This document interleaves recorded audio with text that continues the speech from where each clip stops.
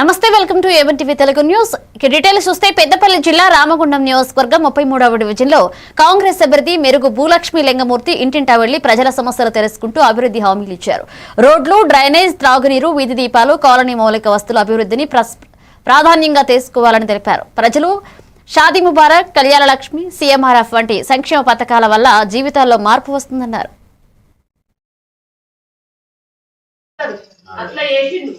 అందుకే నేను ముందుకు వచ్చిన. ఇప్పుడు ఆయన కోరిక ప్రకారం ఆయన అన్ని వేసింది కదా, అప్పుడే అట్లా వేసింది. ఇప్పుడు ప్రజల్లో ఉంటే నేను ఎట్లా ఏమి చేయాలి అన్న తోటి నేను ముందుకు వచ్చి నేను చేస్తాను. 2-3 సార్లు ప్రయత్నం చేసినా రాలే,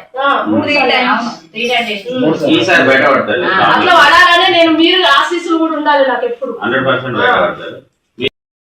బట్ ఏంటంటే ఇప్పుడు ఈ కాలనీ డెవలప్మెంట్ కోసం పూర్తి బాధ్యత మీరు తీసుకోవాలి.